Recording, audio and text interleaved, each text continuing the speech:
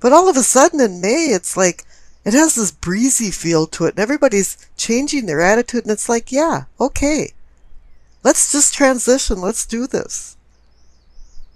And here you receive the Death card, but the best thing about it is the clarification card is the Wheel of Fortune. The fates of fortune are on your side. And you have to take advantage of this auspicious time, because the window of opportunity will eventually close as the cycle of the wheel goes down. And up above in your sacrum, or pelvic, for awakening and arousing, you receive the Hierophant and the Queen of Cups. I'm going to discuss them together because they're very relevant. And since this is in the spiritual awakening category, the Hierophant is saying that, yeah, you're doing some soul searching. You're doing some spiritual searching. You're also searching for some truths. The word Hierophant is Latin for to show or make known. You want something exposed. You want to understand some cosmic concepts.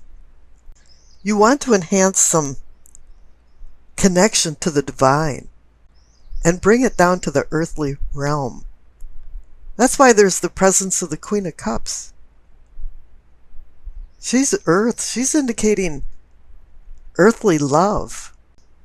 This brings in the idea of agape, which means love in Greek, but in modern days it's more like brotherly love. It doesn't have a sexual connotation to it.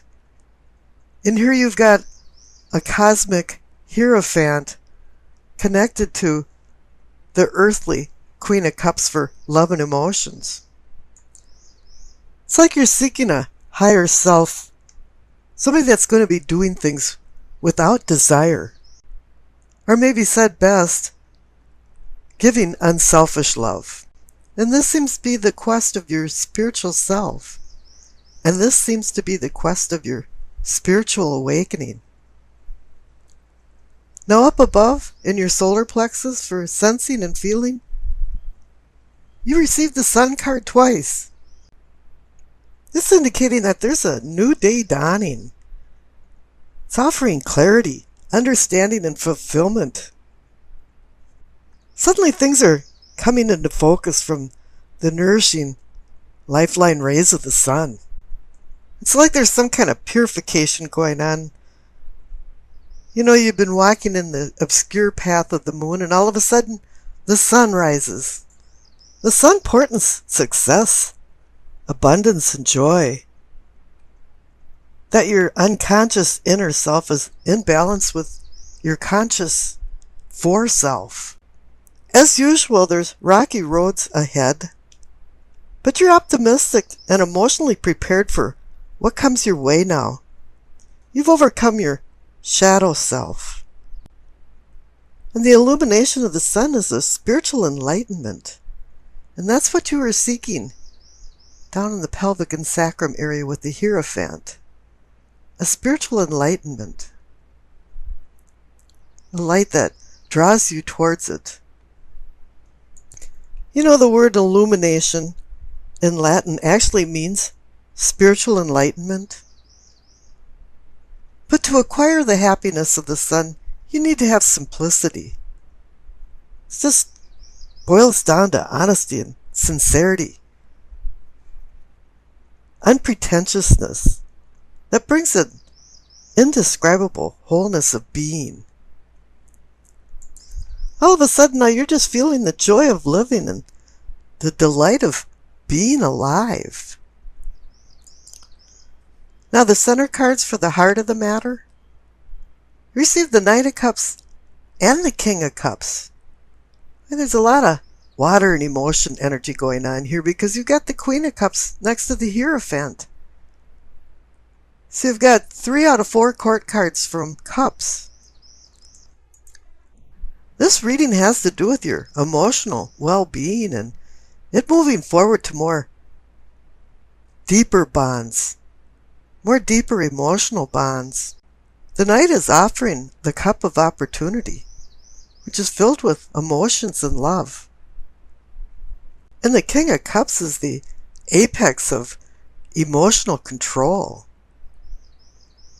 And he's also one that assists in ameliorating a broken heart or a hurt heart. And he's connected to the Ten of Swords from the past. He's there to say, yeah, it's okay. Let's just move on. We can love again. And down on the bottom right for the communicating and teaching, you receive Temperance. This is just a reminder from the King of Cups up there to temper and control your emotions. But Temperance is one of the major arcana cards that can breach the conscious to the unconscious side. And it appears now that they're meshing. And you're going into balance. And the clarification card is the Chariot. He's reminding you too of having discipline and self-control. He's working off temperance. They're both about tempering and moderating your behavior, your emotions. And this is reinforced above for the third eye for seeing and envisioning. You received another major arcana card, the Strength. Yeah, it's saying to temper the beast inside you and identify the beasts inside other people that surround you. It's saying to have the strength to overcome your obstacles and divine courage to overcome fear, to find patience. And once you overcome fear, you acquire confidence. And the clarification card is the Nine of Cups. It's the Wish card. This card keeps showing up over and over again in these May readings. And I keep saying, curiosity killed the cat. And everybody forgets the second line. Satisfaction brought him back. And the Nine of Cups is about satisfaction and contentment in your life. Now up above, for the crown of knowing and understanding, you receive the Queen of Cups again. So this is connected to the Hierophant and Queen of Cups down in your spiritual awakening. She's connecting again to the Hierophant for seeking the truth, finding love, knowing what agape is, knowing that you're searching for brotherly love as well as intense carnal love. But once again, there's a few storm clouds over the kingdom because the clarification card is the Three of Swords. The Heartbreak card, the one that checks you into Heartbreak Hotel. You've had some ups and downs. And usually this card indicates that there's been some kind of severed ties. Or something that happened that broke your heart. Sometimes they say it's a triangle of lovers. 3 involved. Maybe somebody's married and somebody's not. This could even be some wounds from some painful rejection. But whatever happened is now bumping you into a new reality. Because I pulled another clarification card for the Queen of Cups and the Three of Swords, and you received the Ace of Pentacles. Yeah, Pentacles means Capricorn. You're now given a new beginning. It's really up to you to accept this one pentacle with the promise of more. But you have to do the hard work for this to become a reality. Now, we've already discussed the past cards, so let's jump over to the future cards because the main future card, once again, is the Ace of Pentacles, just in case you missed the message. Up above with the Queen and the Three of Swords, there's the Ace of Pentacles again. Yes, the Ace of Pentacles is extending possible gifts of value and fates of fortune for wealth. But it's not only probably wealth, but it's health and your emotional well-being. It's giving you a real-time potential for success with money and in business matters, and maybe eclipsing some financial struggles that you've had in the past. Rome wasn't built in a day, but it's time for you to get started and roll up your sleeves and get to work on your new beginnings. Now the clarification card is the Ten of Wands. It's indicating that there's going to be a lot of work and responsibility starting anew. Because you're in this death transformation, and I know this Ten of Wands is connected to the Ten of Swords from the past, but I certainly would rather have the Ten of Wands than the Ten of Swords. You can eventually lighten your load, but right now you have to take advantage of these two Ace of Pentacles, because the Wheel of Fortune is going to close the window. And then he's connected to the Sun card for enlightenment, celestial, spiritual enlightenment. Now the Queen of Pentacles is bringing knowledge and understanding of practical matters. She's a pragmatist. She feels like planning and setting goals will organize her life for future security. You know, she believes in rolling up her sleeves and doing hard work to acquire the goals that she achieves. And at the same time, she's teaching you to be reliable and emotionally mature. You know, the overall theme of this is that she's teaching you earthly reality and get a firm grip on reality. She's the grounding earthly force of having your feet planted directly on the ground. And then contrary to that, you have the Hanged Man, where he's hanging upside down, seeking enlightenment.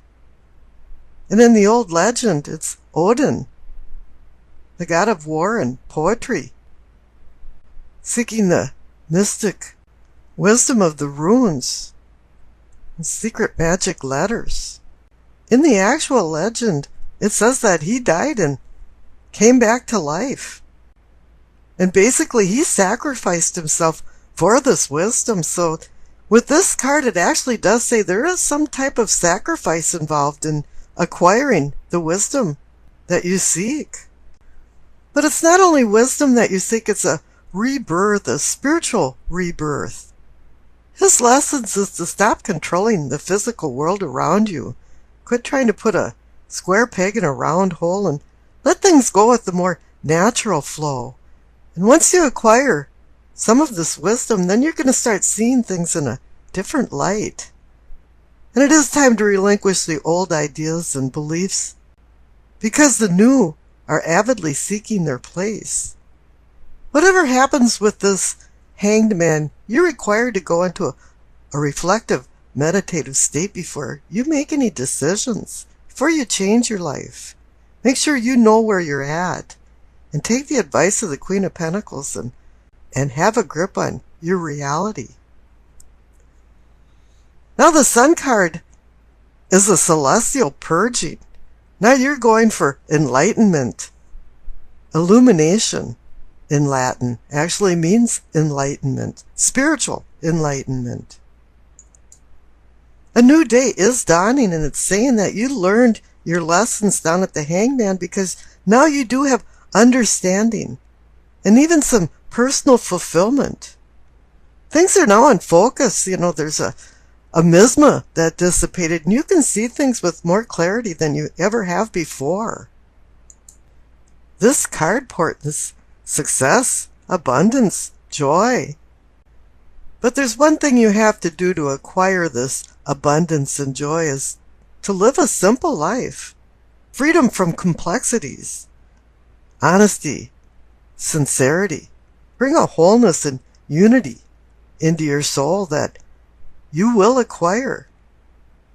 With what you've learned from the earthly with the Queen of Pentacles, and to the wisdom that you acquired from the Hanged Man, is all put together into a spiritual new you, an awakening. At noontime, for 1 minute, the sun hangs in the sky where it casts no shadows, and there's no darkness. And it reminds you of the joy of being alive, the joy of living. So you've hit a superlative somewhere with these cards. Now I rolled the dice, and you received Aquarius, the South Node, and the 7th house. The north and south nodes are mathematical points that takes into account the relationships between the sun, moon, and the earth. The south nodes are gifts from your karmic past, accumulated spiritual life lessons, and is a place where you will pass no more. All eclipses occur near the lunar nodes where the moon's path crosses the sun's path in the sky. Now with Aquarius in the 7th house of partnerships, it's saying here that you want love from a distance, which means autonomy, but together. Now how does that work? With the Queen of Pentacles overseeing practical matters, this might sound like a great idea of having a relationship with no fuss and no muss. Yeah, I'll see ya, you know. And this might be good in theory, but it's going to be really bad in practice. Because this is an imperfect world. And this might even mean that you're taking a domineering road and pushing somebody away. Even though you love them, you just want your space. You know, you're spoiling the whole party. You know, because you've been feeling like there's been a yoke restricting you. And if you want a breath of fresh air and some freedom, you know, we can all do what we want. But you really do have to make some considerations for the other person in your life. And if you've been doing this, it's going to be throwing you into the Hanged Man reflective mode. You have to acquire some wisdom and some reality that the Queen of Pentacles is offering you. If you think that your significant other is just a friend, I think you're going to have a few problems here. You have to lighten up a little bit on some demands, and then the sun will shine on your relationship. But you have to keep everything real and keep reminding yourself that you have to be a team player. You know, you can convince yourself that head over heart always works, and you can hide your feelings under some stolid shroud of contempt, but that's not going to work this time. The South Node can be somewhat negative, and hopefully you've earned in the past and learned so that you can depend on this knowledge to go forward with the present and future. You know, whatever comes back to you from the past is unresolved issues that are going to rear their ugly head. And you have to be prepared for these challenges.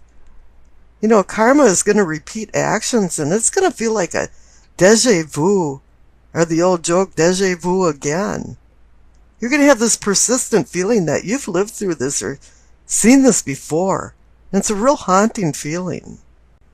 So hopefully this time around your performance won't be some type of showstopper. You know, and you can put some of these issues to bed if you can resolve them. And scary as it may sound, you might be experiencing real flashbacks. And if all this is true, the Queen of Pentacles is going to help you batten down the hatches and remind you not to lose touch with reality. And the Hanged Man is there to bring forth the wisdom that you've squirreled away for a rainy day. You know, when the storm does blow over, the fog will lift and the sun will begin to shine on your newfound knowledge. As much as you hate to admit it, you're still on planet Earth, and you have to commiserate with other people to keep your relationships going. And the Hanged Man wants you to reflect on this so you can reinvent yourself, so you can be rewarded with the sun and maybe have a glimmer of the purpose of your life.